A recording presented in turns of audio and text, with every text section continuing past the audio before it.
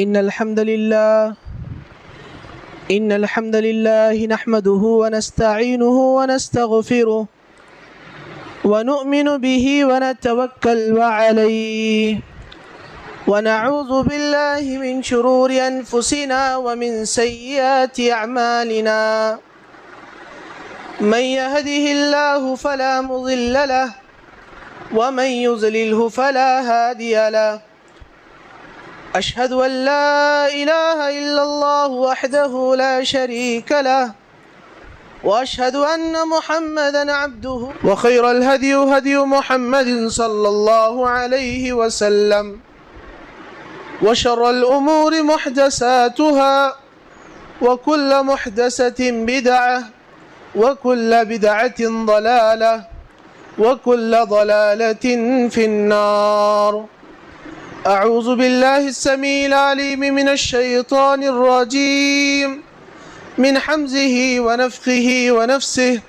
بسم الله الرحمن الرحيم. يا أيها الذين آمنوا اتقوا الله حق تقاته ولا تموتن إلا وأنتم مسلمون.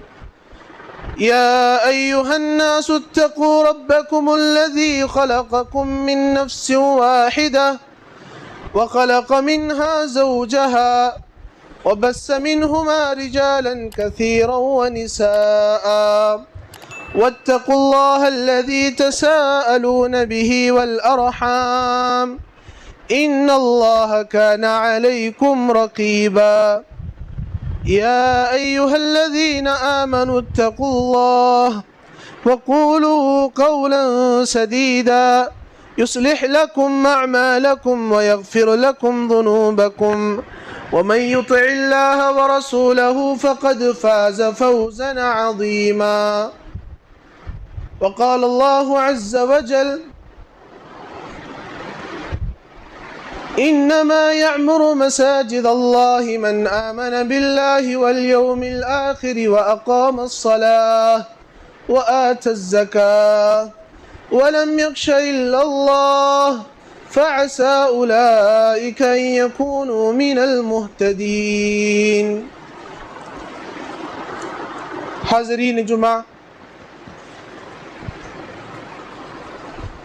خطبہ مسنہ کے بعد میں نے آپ لوگوں کے سامنے سورۃ التوبہ کی ایک آیت پڑھی.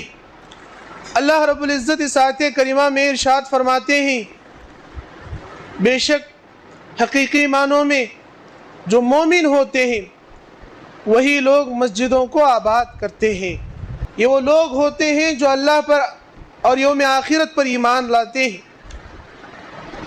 نماز قائم کرتے ہیں اور زکوٰۃ دیتے ہیں. وَلَمْ يَخْشَ إِلَّا اللَّهُ، اور اللہ کے سوا کسی سے ڈرتے نہیں ہیں. فَعَسَىٰ أُولَٰئِكَ أَن يَكُونُوا مِنَ الْمُهْتَدِينَ، یقیناً ایسے ہی لوگ ہیں جو ہدایت یافتہ ہیں. اس آیت میں اللہ تبارک و تعالیٰ نے حقیقی مومنوں کی، مثالی مومن کی ایک علامت یہ بتائی ہے کہ مثالی مومن جو ہوتے ہیں وہ اللہ کے گھروں کو آباد کرتے ہیں، اللہ کی مسجدوں کو آباد کرتے ہیں، اللہ کے گھروں کو تعمیر کرتے ہیں. یہ وہ لوگ ہوتے ہیں جو اللہ تعالیٰ کے حقیقی اور مثالی بندے ہوتے ہیں. اللہ تعالیٰ نے آدم علیہ السلام سے اس روئے زمین پر جو پہلا کام اللہ تعالیٰ نے آدم علیہ السلام سے لیا وہ اللہ تعالیٰ کے گھروں کی تعمیر ہے، وہ مسجد کی تعمیر ہے، مسجد الحرام کی تعمیر ہے. اللہ تعالیٰ نے قرآن مجید میں فرمایا ان اول بیت وضع للناس للذی ببکۃ مبارکا وہدی للعالمین، بے شک سب سے آدم علیہ السلام سے سب سے پہلا کام اللہ تعالیٰ نے جو لیا وہ اللہ کی گھروں کی تعمیر کا تھا. اللہ کے گھر یہ ہدایت کا سرچشمہ دینے والے گھر ہیں. مسجدیں ہدایت کا منبع ہوتی ہیں، ہدایت کا سرچشمہ ہوتی ہیں. یہاں سے لوگوں کو ہدایت دی جاتی ہے، یہاں سے لوگوں کے اخلاق کو سنوارا جاتا ہے، یہاں انسان کو انسانیت بتائی جاتی ہے، یہاں ایک اچھے مسلمان ہونے کی تعلیم دی جاتی ہے، یہاں لوگوں کو انسانیت کی تعلیم دی جاتی ہے، یہاں لوگوں کو اچھے اخلاق سکھائے جاتے ہیں، اخلاق سنوارے جاتے ہیں۔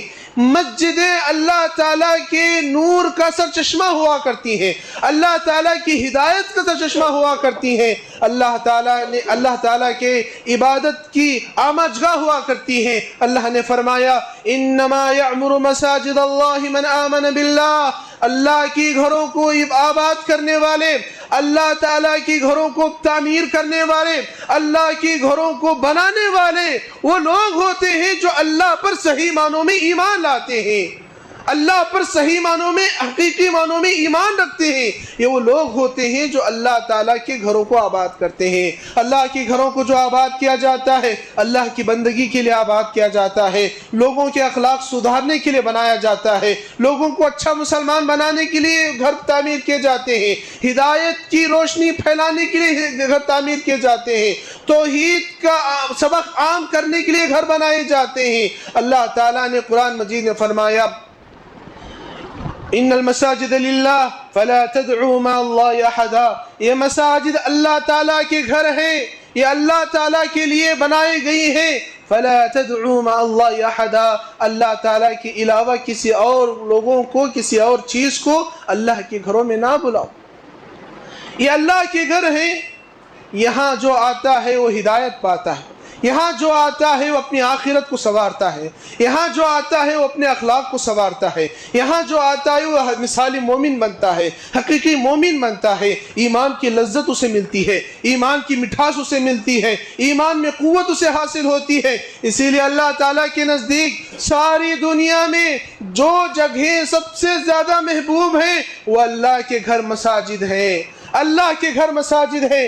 اللہ کے رسول صلی اللہ علیہ وسلم نے فرمایا ان احب البلاد عند اللہ مساجدها، ان احب البلاد عند اللہ مساجدها، اللہ کے نزدیک سب سے زیادہ پسندیدہ کوئی جگہ ہے تو اللہ کے گھر مسجدیں ہیں، اللہ کے گھر مسجدیں اللہ کو سب سے زیادہ پسندیدہ جگہ ہیں، کیونکہ ان جگہوں سے اللہ تعالیٰ کے بندوں کو اللہ کی بندگی سکھائی جاتی ہے، یہاں لوگوں کو ظلمات سے نکال کر روشنی کی طرف بلایا جاتا ہے، یہاں لوگوں کو ظلم و ستم سے نکال کر عدل و انصاف کی طرف بلایا جاتا ہے، یہاں اسلام کی صحیح تعلیمات دی جاتی ہیں، یہاں پیغمبر نبی کریم صلی اللہ علیہ وسلم کی سیرت کو بتایا جاتا ہے، زندگی کے سنہرے اصول بتائے جاتے ہیں، یہاں سے زندگیاں سنورتی ہیں، یہاں سے لوگوں کی بگڑی بنتی ہے، یہاں لوگوں کے مسائل حل ہوتے ہیں، یہاں لوگوں کے اخلاق سدھرتے ہیں، بچوں کی تعلیم کا بندوبست یہاں سے ہوتا ہے، لوگوں کے مسائل کا حل یہاں سے ہوتا ہے۔ یہ مسجدیں ہیں جو اللہ کے نزدیک سب سے زیادہ محبوب جگہ ہیں، سب سے زیادہ محبوب جگہ ہیں۔ اللہ تعالیٰ کی یہ وہ جگہ ہیں، عبادت تو عبادت یہ اللہ کی وہ کرے جہاں پر چل کے آنا بھی عبادت ہے، جہاں پر چل کے آنا بھی عبادت ہے۔ سنیں حدیث، اللہ کے رسول صلی اللہ علیہ وسلم فرماتے ہیں ثلاثة ضامن علی اللہ، ثلاثة ضامن علی اللہ، تین لوگ ایسے ہیں جن کی ضمانت، جن کی گارنٹی اللہ تعالیٰ لیتا ہے، جن کی گارنٹی اللہ لیتا ہے۔ کس چیز کی گارنٹی لیتا ہے؟ ان عاش رزق، اگر وہ زندہ رہے تو اللہ تعالیٰ ان کی رزق کی گارنٹی لیتا ہے، رزق کی گارنٹی لیتا ہے۔ وَإِن مَاتَ دُخِلَ فِي الْجَنَّةِ، اور اگر وہ مر گئے تو اللہ تعالیٰ جنت میں داخل کرنے کی گارنٹی لیتا ہے۔ سبحان اللہ، کتنی بڑی بشارت ہے۔ اگر زندہ رہے تو روزی روٹی کی ذمہ داری اللہ کے اوپر، اگر موت ان کو آ گئی تو جنت میں داخلے کی ذمہ داری اللہ کے ذمہ۔ کون لوگ ہیں؟ تین لوگ اللہ کے رسول صلی اللہ علیہ وسلم نے فرمایا، تین میں سے ایک کا میں ذکر کروں گا۔ ان میں سے ایک شخص کون ہے؟ رجل خرج من البیت متوضئا للصلاة حتى يرجع، ایک شخص جو اپنے گھر سے وضو بنا کر نکلتا ہے مسجد کے لیے، ایک شخص جو اپنے گھر سے وضو بنا کر مسجد کے لیے نکلتا ہے، جب تک وہ مسجد سے اپنے گھر کو نہیں لوٹتا اللہ تعالیٰ کی ضمانت میں وہ ہوتا ہے، اللہ تعالیٰ کی گارنٹی میں ہوتا ہے۔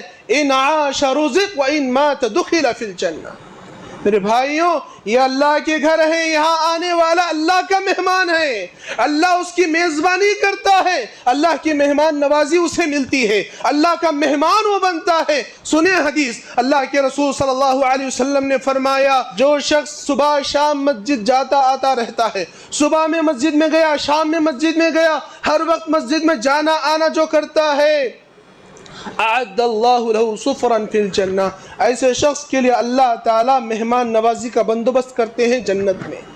جیسے یہ شخص انتقال ہوتا ہے، اللہ کے نزدیک اس کے لیے مہمان نوازی تیار ہوتی ہے، اللہ کا وہ مہمان بنتا ہے، اللہ کی میزبانی اسے ملتی ہے۔ سوچیں، اگر ہم تھوڑی دیر کے لیے سوچ کر دیکھیں، اگر دنیا کا ایک بہت بڑا بادشاہ آپ کو دعوت دے کر گھر بلا لے، آپ کی کتنی خوشی ہوگی، آپ کیا کیا اسے ایکسپیکٹ رکھیں گے، کیا کیا کھانے کے انتظامات وہ کرے گا، کتنی آپ کی میزبانی کرے گا، کتنا آپ کا اکرام کرے گا، کتنے آپ کو تحائف سے نوازے گا، کتنا آپ کی عزت کرے گا۔ آپ سوچ کے دیکھیں، دنیا کی بادشاہ جب آپ کو دعوت دیتا ہے تو ہماری ایک کیفیت ہوتی ہے، ہمارے دلوں کے جذبات ایسے ہوتے ہیں، شاہوں کا شاہ، بادشاہوں کا بادشاہ، سارے جہاں کا مالک رب العالمین آپ کی مہمان نوازی کرتا ہے ان مسجدوں کو آنے کے بدلے۔ یہ مسجدیں اللہ کے گھر ہیں، یہاں آنے والے اللہ کے مہمان ہیں۔ جب بھی آئیں یہ تصور دل میں لے کر آئیں، میں اللہ کے گھر کو جا رہا ہوں، میرا یہ جانا اللہ کی مہمان نوازی کا ذریعہ ہے، اللہ کی مہمان نوازی حاصل کرنے کا ذریعہ ہے، یہ سوچ کر آئیں۔ انشاءاللہ اس حدیث کے برکت سے مجھے اور آپ کو اللہ کی مہمان نوازی ملے گی۔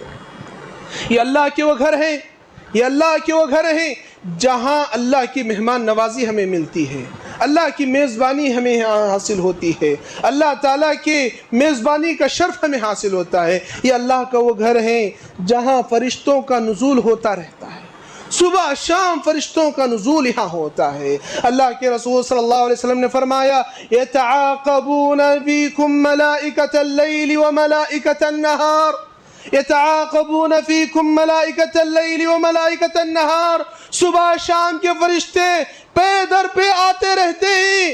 یجتمعون فی صلاة الفجر و صلاة العصر، وہ جمع ہوتے ہیں مسجدوں میں، وہ مسجدوں میں جمع ہوتے ہیں کب؟ فجر کی نماز میں اور عصر کی نماز میں۔ فرشتے آباد کرتے ہیں مسجدوں کو۔ ہم اور آپ آباد کریں کہ نہ کریں، ہم اور آپ مسجدوں کو آئے کہ نہ آئیں، یہ وہ جگہ جہاں صبح شام فرشتوں کا نزول ہوتا ہے، فرشتے یہاں آنا جانا کرتے ہیں۔ فجر کی نماز میں فرشتے، صبح کے فرشتے آتے ہیں، شام کے فرشتے عصر کی نماز میں آتے ہیں، صبح کے فرشتے عصر کی نماز میں جاتے ہیں، شام کے فرشتے فجر کی نماز میں جاتے ہیں۔ آنا جانا فرشتوں کا ان مسجدوں سے ہوتا ہے۔ اللہ تعالیٰ سب کچھ جاننے والا ہے، اس کے باوجود اللہ ان فرشتوں سے پوچھتا ہے، تم نے میرے بندوں کو کس حالت میں دیکھا، تم نے میرے بندوں کو کن حالت میں پایا؟ کہتے ہیں ترکنا وہم یصلون، ترکناہم وہم یصلون، اتیناہم وہم یصلون۔ پروردگارا، ہم ان کے پاس گئے تو دیکھا کہ ہم لوگ نماز پڑھ رہے ہیں، ہم ان کو چھوڑ کے آئے اس حالت میں کہ وہ نماز پڑھ رہے تھے، ہم گئے تب بھی وہ نماز پڑھ رہے تھے، ہم وہاں سے نکلے تب بھی وہ نماز پڑھ رہے تھے۔ فرشتے میرے اور آپ کے اعمال کو نوٹ کرتے ہیں، یہاں آنے والوں کا استقبال کرتے ہیں، میرے اور آپ کے اعمال کا حساب و کتاب اللہ کے نزدیک جا کر دیتے ہیں۔ سوچیں، اگر اللہ کے پاس ہمارا اور آپ کا نام صبح شام لے آ جاتا رہے، میرا اور آپ کا حال کیا ہوگا؟ ایک اور حدیث میں آپ کو سناتا ہوں۔ اللہ کے رسول صلی اللہ علیہ وسلم نے فرمایا، وَمَا اجْتَمَعَ قَوْمٌ فِي بَيْتٍ مِّن بُيُوتِ اللَّهِ يَتْلُونَ كِتَابَ اللَّهِ وَيَتَدَارَسُونَهُ بَيْنَهُمْ إِلَّا نَزَلَتْ عَلَيْهِمُ الْمَلَائِكَةُ وَحَفَّتْهُمُ السَّكِينَةُ وَذَكَرَهُمُ اللَّهُ فِي مَنْ عِندَهُ۔ بڑی مشہور حدیث ہے، بڑی پائے کی حدیث ہے، یہ حدیث آج کا سبق ہے، اسے لے کر جانا میرے بھائیوں۔ اللہ کے رسول صلی اللہ علیہ وسلم کہتے ہیں کہ جب کوئی بھی بندے، لوگوں میں سے کوئی بھی قوم، لوگوں میں سے کوئی جماعت اللہ کے گھروں میں سے کسی گھر میں اپنا وقت لگاتی ہے، تھوڑی دیر کے لیے بیٹھتی ہے، اللہ کا ذکر کرتی ہے، اللہ کی کتاب کی تلاوت کرتی ہے، اور ایک دوسرے سے سوال جواب کرتی ہے، دینی مسائل پر بحث و مباحثہ ہوتا ہے، ایسے لوگوں پر فرشتوں کا نزول ہوتا ہے، فرشتے ایسے لوگوں کو گھیر لیتے ہیں، ان پر سکینت نازل ہوتی ہے، سکون کی بارش ان پر ہوتی ہے، سکون کی برسات سے ان کو نہلایا جاتا ہے، سکون ان کے دلوں پر اترتا ہے، ان کے ذہن پر اترتا ہے، ان کے سروں پر سکون کی بارش ہوتی ہے۔ ایسے لوگ وہ ہوتے ہیں جن کے بارے میں اللہ تعالیٰ ملائکہ میں ذکر کرتا ہے، دیکھو میرا فلاں بندہ مسجد میں بیٹھا ہے، میرا عبداللہ بندہ مسجد میں بیٹھا ہے، عبد الرحمن مسجد میں بیٹھا ہے، فلاں بندہ مسجد میں بیٹھا ہے۔ اللہ میرے اور آپ کا ذکر اپنے ملائکہ کے نزدیک کرتے ہیں۔ بڑے خوش نصیب ہیں وہ لوگ جو مسجد میں اپنا وقت لگاتے ہیں، بڑے کامیاب ہیں وہ لوگ جو مسجد میں اپنا وقت لگاتے ہیں، یہ وہ لوگ ہیں جن کا ذکر اللہ تعالیٰ کرتے ہیں۔ میرے بھائیوں، یہ مسجدیں اللہ کا گھر ہیں، یہ نور کا سرچشمہ ہے، یہاں سے نور ہدایت پھیلتا ہے، یہاں سے نور ہدایت پھیلتا ہے، لوگوں کو نور کا سرچشمہ یہاں سے ملتا ہے، یہاں سے اللہ اکبر کی ندائیں لگائی جاتی ہے، 5 وقت اللہ کی کبریائی بیان کی جاتی ہے، یہاں پر توحید کا نعرہ بلند کیا جاتا ہے، یہاں پر ایک اللہ کی طرف دعوت دی جاتی ہے۔ یہ ہدایت کی سرچشمے ہیں، یہ نور کا سرچشمہ ہے۔ اللہ تعالیٰ نے قرآن مجید میں سورہ ہے سورۃ النور، اس سورے میں اللہ تبارک و تعالیٰ نے مسجدوں کا ذکر کیا، کہا فی بیوت اذن اللہ ان ترفع ویذکر فیہا اسمہ یسبح فیہا بالغدو والآصال۔ اللہ کے گھر ہیں، اللہ کے گھر ہیں، ان گھروں میں اللہ کا ذکر کیا جاتا ہے صبح شام۔ کون لوگ کرتے ہیں؟ ایسے لوگ اللہ کا صبح شام ذکر کرتے ہیں، ایسے مرد و خواتین اللہ کا صبح و شام ان گھروں میں ذکر و اذکار کرتے ہیں، اللہ کو یاد کرتے ہیں۔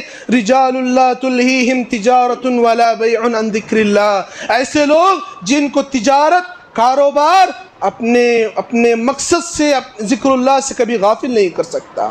ایسے لوگوں کو ایسے لوگ ہوتے ہیں جن کا ذکر اللہ تعالیٰ نے قرآن مجید میں ذکر کیا۔ سورۃ النور جس کا معنی ہی ہے روشنی، اللہ نے اس میں آیت النور، نور علی نور یہدی اللہ بنورہ، اس آیت کے بعد اللہ نے ذکر کیا ہے۔ اتنا ہی نہیں، اللہ کے رسول صلی اللہ علیہ وسلم جب بھی گھر سے نکلتے مسجد کی طرف، جب بھی آپ کا رخ مسجد کی طرف ہوتا، جب بھی آپ کے قدم مسجد کی طرف بڑھتے، آپ صلی اللہ علیہ وسلم جو دعا پڑھتے وہ بھی دعائے نور ہے۔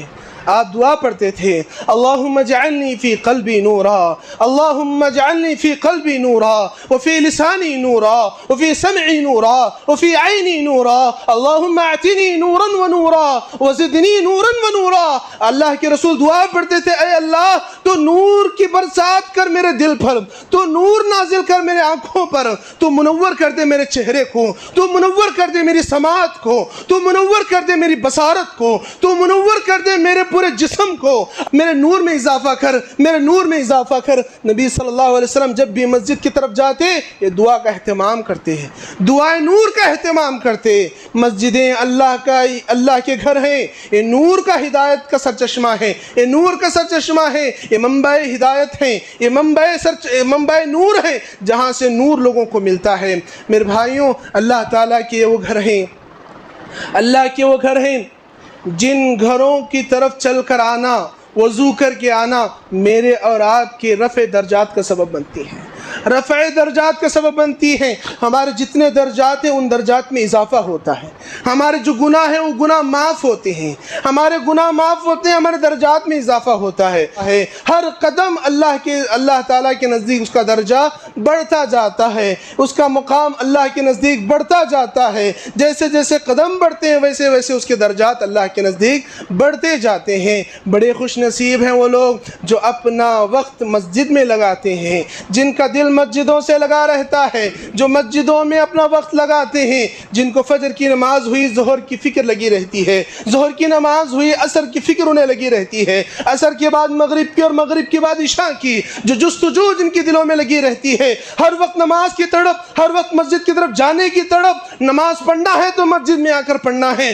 ذکر کرنی ہے تو مسجد میں بیٹھ کر ذکر کرنا ہے، تلاوت کرنے کی خواہش ہوئی مسجد میں آئے تلاوت کی ہے۔ جو لوگ مسجدوں سے لگے رہتے ہیں بڑے خوش نصیب ہیں۔ قیامت کا دن ہوگا جہاں کوئی سایہ نہیں ہوگا، لوگ گرمی پانی کے عالم میں ہوں گے، پسینے میں ڈوب رہے ہوں گے، نفسا نفسانی کا عالم ہوگا، کوئی کسی کے پرسان حال نہیں ہوگا، لوگ پریشان ہوں گے، پسینے سے تربتر ہوں گے۔ ایسے وقت میں اللہ جن لوگوں کو سایہ نصیب کریں گے، اللہ کے عرش کا سایہ جنہیں ملے گا، ان میں سے وہ نوجوان بھی ہے، وَرَجُلٌ قَلْبُهُ مُعَلَّقٌ فِي الْمَسَاجِدِ، ایسا آدمی، ایسی عورت جس کا دل ہمیشہ مسجد سے لگا رہتا تھا، جو ہمیشہ مسجد سے اپنا دل لگائے رکھتا تھا، وہ کہیں بھی ہو ہمیشہ اسے مسجد کی جستجو لگی رہتی، مسجد کی فکر لگی رہتی، مسجد میں وقت لگانے کا اسے فکر لگا رہتا، نمازوں کا اسے فکر لگا رہتا، موقعات صلاح کا اسے فکر لگا رہتا۔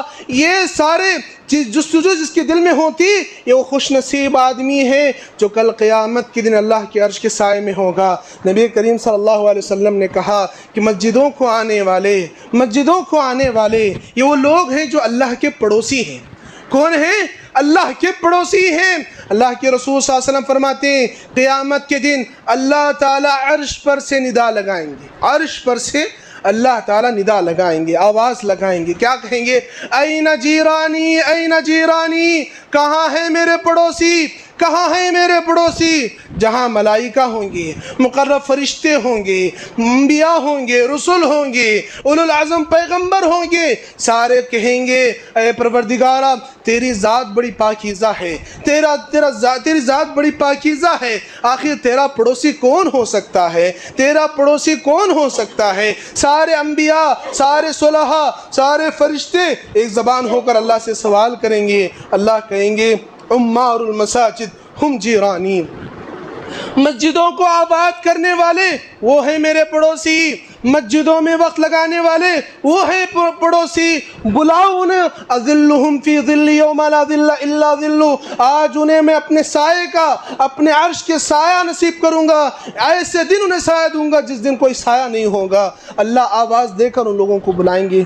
بڑے خوش نصیب ہیں وہ نوجوان، بڑے خوش نصیب ہیں وہ لوگ، وہ خواتین، وہ مرد، وہ بچے جو اپنے زندگی کے ان خوش نصیب لمحات کو اللہ کے گھروں میں لگاتے ہیں۔ کل قیامت کے دن یہ خوش نصیب بندے ہوں گے جو اللہ تعالیٰ کے عرش کے سائے میں ہوں گے۔ اور اس سے بھی زیادہ خوش نصیب وہ لوگ ہیں جو اللہ کے گھروں کی خدمت کرتے ہیں، اللہ کے گھروں کی خدمت کرنے والے، اللہ کے گھروں کی پاکی صفائی کرنے والے، اللہ کی گھروں میں وقت لگانے والے، اللہ کی گھروں کی صفائی ستھرائی میں اپنا قیمتی وقت دینے والے اللہ تعالیٰ کے بڑے برگزیدہ بندے ہیں۔ اللہ کے رسول صلی اللہ علیہ وسلم نے اس نیک عمل کے بارے میں ذکر کیا، عرضت علی اعمال امتی، عرضت علی اعمال امتی، مجھ پر میری امت کے نیکیاں پیش کی گئیں، مجھ پر میری امت کے اعمال کو پیش کیا گیا، فرأیت فی محاسنہا، میں نے ان اعمال میں جو نیکیاں دیکھی ہیں، جو نیکیاں میں نے ان میں دیکھی ہیں، میری امت کے جو نمایاں نیکیاں ہوں گی ان میں سے ایک نمایاں نیکی ہوگی، رأیت رجلا یخرج القذر من المسجد، ایک ایسی نیکی کو بھی میں نے دیکھا کہ بندہ مسجد سے گندگی کو اٹھاتا ہے، بندہ مسجد سے کچرے کو اٹھاتا ہے اور باہر پھینکتا ہے۔ میں نے یہ نیکی میری امت کی نمایاں نیکیوں میں نے دیکھا، امت کی نمایاں نیکی کہ مسجد کے اندر موجود کچرا نکال کر کوئی آدمی مسجد کے باہر پھینک دیا۔ یہ اللہ کے رسول کہتے ہیں میں نے جو میری امت کے اعمال کو دیکھے اس میں سب سے نمایاں کوئی عمل دیکھا تو یہ عمل دیکھا۔ بہت معمولی عمل ہمیں لگتا ہے، بڑا ہی معمولی عمل لگتا ہے، لیکن میرے بھائیوں یہ عمل ایسا ہے کہ جس عمل کے کرنے میں کوئی بڑا نہیں، کوئی چھوٹا نہیں۔ ہم ہوں گے بڑے باپ کی اولاد، ہم ہوں گے بڑے عہدیدار کی اولاد، ہمارا بڑا عہدہ ہو سکتا ہے، ہم بڑے منصب کے آدمی ہو سکتے ہیں، ہم بڑے مالدار ہو سکتے ہیں، دنیا والوں میں ہمارا بڑا مقام ہو سکتا ہے۔ یہ سارا مقام، یہ سارا مرتبہ، یہ ساری دولت، یہ ساری جا، یہ سارے منصب مسجد کے باہر۔ جب مسجد کے اندر آپ آ گئے، یہاں نہ کوئی امیر ہے نہ کوئی غریب ہے، یہاں نہ کوئی امیر ہے کوئی نہ غریب ہے، یہاں اللہ کا سارے مہمان ہیں، سب ایک ہیں، سب ایک ہیں، نہ کوئی بندہ رہا نہ کوئی بندہ نواز، سب ایک صف میں کھڑے ہو گئے، نہ کوئی امیر نہ غریب، کسی کو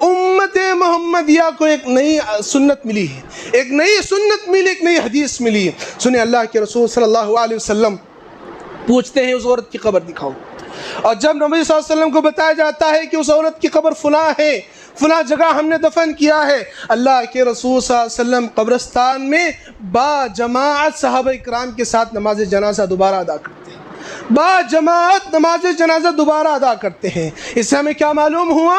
اگر کسی وجہ سے کسی کی نماز جنازہ چوک جائے، قبرستان میں جا کر 1 مہینے کے اندر دوبارہ جنازہ نماز پڑھ سکتا ہے۔ معلوم ہوا یہ حدیث ہمیں اس عورت کی وجہ سے ملی۔ اگر یہ واقعہ پیش نہیں آتا تو ہمیں یہ علم نہیں حاصل ہوتا۔ اس عورت کی وجہ سے ہمیں یہ علم ملا، یہ حدیث ملی۔ اللہ کے رسول صلی اللہ علیہ وسلم اس عورت کی جنازے کی نماز پڑھتے ہیں، اس عورت کی ثابت قدمی کے لیے دعائیں کرتے ہیں، اور اتنی اچھی دعائیں کرتے ہیں، اتنی ثابت قدمی کی دعائیں کرتے ہیں۔ راوی حدیث کہتے ہیں سنیں میرے بھائیوں، راوی حدیث کہتے ہیں میرے دل میں خواہش ہوئی اے کاش کہ اس قبر میں میں دفن ہوتا، اے کاش کہ اس قبر میں میں دفن ہوتا، اور نبی صلی اللہ علیہ وسلم کی دعائیں مجھے حاصل ہوتی ہیں۔ یہ دعائیں کسی ملی؟ اس عورت کو ملی جو مسجد کے خادم تھی، اس عورت کو ملی جو مسجد میں صفائی کا کام کرتی تھی، مسجد میں اپنا وقت لگاتی تھی۔ میرے بھائیوں، مسجد میں کام کرنا، مسجد میں وقت لگانا، مسجد میں مجاہدہ کرنا، یہ بڑے اولو العزم کا کام ہے۔ یہ اللہ کے چنندہ بندے ہیں۔ اللہ اپنے برگزیدہ بندوں کو یہ موقع دیتا ہے، اللہ ہر غیرے کو یہ توفیق نہیں دیتا، اللہ اپنے برگزیدہ بندوں کو یہ موقع دیتا ہے۔ خوش نصیب ہیں وہ لوگ جو مسجد کی خدمت میں اپنا وقت لگاتے ہیں، مسجد کی صفائی میں اپنا وقت لگاتے ہیں۔ ہندوستان کے ایک بہت بڑے عالم ہیں، ان کے پاس ایک نوجوان فون کر کے سوال کرتا ہے، پوچھتا ہے کہ اے شیخ مجھے بتائیں میرا ایک مسئلہ ہے، میرا مسئلہ یہ ہے کہ میں بہت بڑا مالدار آدمی ہوں، میں خاندانی رئیس ہوں، میں بہت بڑا منصب دار ہوں، مجھے بہت زیادہ منصب بھی ملا ہوا ہے، بڑا عہدہ بھی میرے پاس ہے، مال و دولت کی ریل پیل میرے پاس ہے، میرا دل کبھی کبھار غرور میں مبتلا ہو جاتا ہے، میرے نفس میں کبھی کبھار غرور آ جاتا ہے۔ میں اپنے نفس کو کچلنے کے لیے مسجد جاتا ہوں، عشاء کی نماز کے بعد جب سب لوگ چلے جاتے ہیں، سارے لوگوں کے جانے کے بعد میں مسجد کے ٹوائلٹ صاف کر کے آتا ہوں۔ اے شیخ مجھے بتائیں کیا میرا یہ عمل صحیح ہے؟ شیخ آنکھوں میں آنسو نکال کر کہتے ہیں مجھے امید ہے اس بات کی کہ کل قیامت کے دن تمہارا یہ عمل تمہیں سرخرو کرے گا، تمہارا یہ عمل تمہیں کامیاب کرے گا۔ خوش نصیب ہے، مبارک ہے تمہارا یہ اقدام کرنا، مبارک ہے تمہارا یہ مجاہدہ۔ میرے بھائیوں نیت کر لیں، اپنے دل میں پختہ ارادہ کر لیں کہ اپنی زندگی میں مسجد کے لیے ایسا کام ہم کریں گے کہ جس کا علم صرف میرے اور اللہ کے علاوہ کسی اور کو نہیں ہوگا، میرے اور اللہ کے علاوہ کسی اور کو نہیں ہوگا۔ ایسا ہم کام کریں گے کہ دائیں ہاتھ سے دیں گے تو بائیں ہاتھ کو اس کا علم نہیں ہوگا، بائیں ہاتھ سے دیں گے تو دائیں ہاتھ کو اس کا علم نہیں ہوگا۔ یہ وہ شخص ہوگا جو کل قیامت کے دن اللہ کے عرش کے سائے میں ہوگا۔ میرے بھائی، اللہ کے نبی صلی اللہ علیہ وسلم ہجرت کر کے مدینہ آئے، کیا تھا آپ صلی اللہ علیہ وسلم؟ کچھ نہیں تھا۔ کتنے مسائل آپ کے پاس تھے، کتنے پریشانیاں آپ کے سامنے تھیں۔ مہاجرین کی ایک بڑی جماعت ہے جن کے پاس نہ گھر ہے، نہ تجارت ہے، نہ کاروبار ہے، نہ ان کے کھانے پینے کا ان کے پاس کوئی ساز و سامان ہے، کچھ ان کے پاس نہیں ہے۔ نبی صلی اللہ علیہ وسلم کے پاس بھی کچھ نہیں ہے۔ صحابہ اکرام کی ایک بڑی جماعت انصار صحابہ، ان کے سامنے بھی بہت بڑا چیلنج ہے کہ اتنے زیادہ مہاجرین آئے ہوئے ہیں، ان کے رہنے کا انتظام کیا جائے، ان کے کھانے پینے کا انتظام کیا جائے۔ اتنے بڑے چیلنجز نبی صلی اللہ علیہ وسلم نے ان مسائل میں سب سے پہلا جو کام کیا وہ مسجد کی تعمیر کا تھا، مسجد نبوی اور مسجد قباء کی تعمیر کا تھا۔ اور نبی صلی اللہ علیہ وسلم نے سب سے پہلے کام کر کے یہ بتایا ہمیں کہ جس قوم، جس معاشرے، جس سوسائٹی میں مسجد تعمیر کی جائے اور مسجد صحیح معنوں میں اپنا کردار ادا کرے، اس معاشرے اور سوسائٹی کے سارے مسائل حل ہو جاتے ہیں، سارے مسائل یہاں سے حل ہو جاتے ہیں۔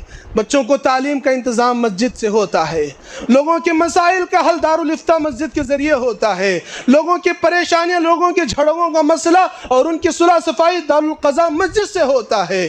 مسجد یہ نہ صرف عبادت کی جگہ ہے بلکہ مسجد سے لوگوں کے مسائل حل کیے جاتے ہیں، یہاں لوگوں کی تربیت کی جاتی ہے، یہاں فوجی تربیت ہوتی ہے، یہاں سیاسی تربیت ہوتی ہے۔ اور ضرورت اس بات کی ہے کہ ہم مسجدوں کے وسیع کردار کو اپنائیں، صرف مسجدوں کو ہم بس عبادت کے لیے نہ مختص کر دیں، بلکہ ہم مسجدوں کو تعلیم گاہ بھی بنائیں، یہاں مکتب کا بھی انتظام ہو، صبح شام بچوں کی تعلیم کا بھی انتظام ہو، اگر ہو سکے تو عصری تعلیم ٹیوشن کا بھی انتظام کیا جائے، اگر ہو سکے تو محلے کے غیر مسلموں کو مسجد دعوت دے کر بلائی جائے اور انہیں بتایا جائے کہ اللہ اکبر اذان کا کیا مطلب ہے، انہیں بتایا جائے کہ مسجد شاعر اللہ کا کیا مطلب ہے، انہیں بتایا جائے کہ کتاب اللہ کسے کہتے ہیں، انہیں بتایا جائے کہ توحید کیا ہے، ہم کس عقیدے کو ماننے والے ہیں، مسلمان کسے کہتے ہیں، مسلمان کا عقیدہ کیا ہوتا ہے، مسلمان ایک انسانیت کے لیے کتنا خیر خواہ ہوتا ہے، مسلمان ایک انسانیت کے لیے کتنا فائدہ مند ہوتا ہے، یہ بتانے کی ضرورت ہے۔ مسجدیں صرف عبادت کے لیے ہی نہیں ہیں، مسجدیں سارے مسائل کو حل کرنے کے لیے ہیں۔ معاشرے میں مسجد اپنا صحیح کردار ادا کرنے لگ جائے تو یقین مانے معاشرے کے سارے مسائل حل ہو سکتے ہیں، معاشرے کے ہر مسائل کو حل کیا جا سکتا ہے۔ نوجوانوں کی بے روزگاری کا مسئلہ ہو، عورتوں کی بے روزگاری کا مسئلہ ہو، عورتوں کی صحیح ازدواج کا مسئلہ ہو، ہر مسئلے کا حل مسجد سے کیا جاتا تھا۔ اور آج ضرورت اس بات کی ہے کہ ہم مسجد کے اس کردار کو اپنائیں، مسجد کے اس کردار کو زندہ کریں۔ نبی کریم صلی اللہ علیہ وسلم نے سب سے پہلے مسجد کی تعمیر کر کے ہمیں یہ سبق دیا ہے کہ مسجدیں صرف عبادت کے لیے نہیں ہیں، ہاں عبادت اس کا اصل مقصد ہے، لیکن اس میں اور بھی کام کیے جا سکتے ہیں۔ آپ مسجد میں اے سی نہ لگائیں چلے گا، لیکن یہاں پر مکتب کا انتظام کر دیں، بچوں کی تعلیم کا انتظام کر دیں، صبح شام بچوں کی تعلیم ہو، تعلیم کا صحیح بندوبست ہو، ان کے لیے صحیح نصاب کا بندوبست ہو، انہیں صحیح دعائیں یاد کرائی جائیں، انہیں صحیح عقیدے کی تعلیم دی جائے، ان کے منہج کو صحیح کیا جائے، ان کے عقیدے کو پختہ کیا جائے۔ میرے بھائیوں، آج جو جنریشن آنے والی ہے، ہمیں ضرورت اس بات کی ہے کہ ہم اس نئے جنریشن کی تربیت کی فکر کریں، اس نئے جنریشن کی تربیت کی فکر کریں۔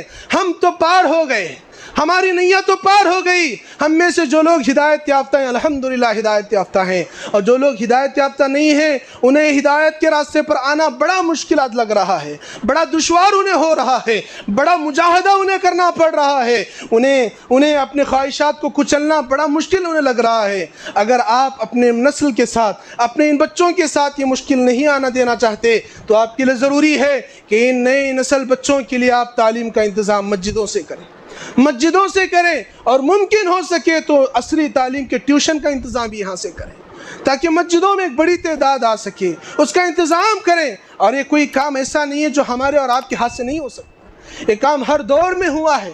اور یاد رکھیں، اسلام کی تاریخ اس بات پر شاہد ہے کہ جب مسلم قوم نے اپنے بچوں کی تعلیم و تربیت کا صحیح خیال کیا ہے، اس وقت تک مسلم قوم کو ترقی اللہ نے دی ہے۔ اور جب مسلم قوم نے اپنے نئے نسل کی تعلیم کا خیال نہیں کیا، انہیں ایرا غیرہ بننے چھوڑ دیا، جب مسلم قوم کو زوال نے آ کر گھیرا ہے، زوال انہیں مقدر ہوئی ہے، زوال انہیں حاصل ہوا ہے۔ اللہ تعالیٰ سے میں دعا کرتا ہوں کہ اللہ تعالیٰ مجھے اور آپ کو ان مسجدوں کے وسیع کردار کو سمجھتے ہوئے اپنے ان مساجد میں اللہ تعالیٰ کی توفیق سے اس وسیع کردار کو اپنانے کے اللہ مجھے اور آپ کو توفیق عطا فرمائے۔ اللہ تعالیٰ ہم تمام کو مسجدوں میں اپنا وقت لگانے، اپنا دل لگانے کہ اللہ ہم سب کو توفیق عطا فرمائے۔ اللہ تعالیٰ کے نبی صلی اللہ علیہ وسلم سے جو حدیثیں ہم نے سنی ہیں مسجد کے فضائل میں، اللہ تعالیٰ ہم تمام کو اس کا مستحق بنائے، آمین۔ وآخر دعوانا الحمدللہ رب العالمین۔ استغفر اللہ لی ولکم ولسائر المسلمین من کل ذنب انہ هو الغفور الرحیم۔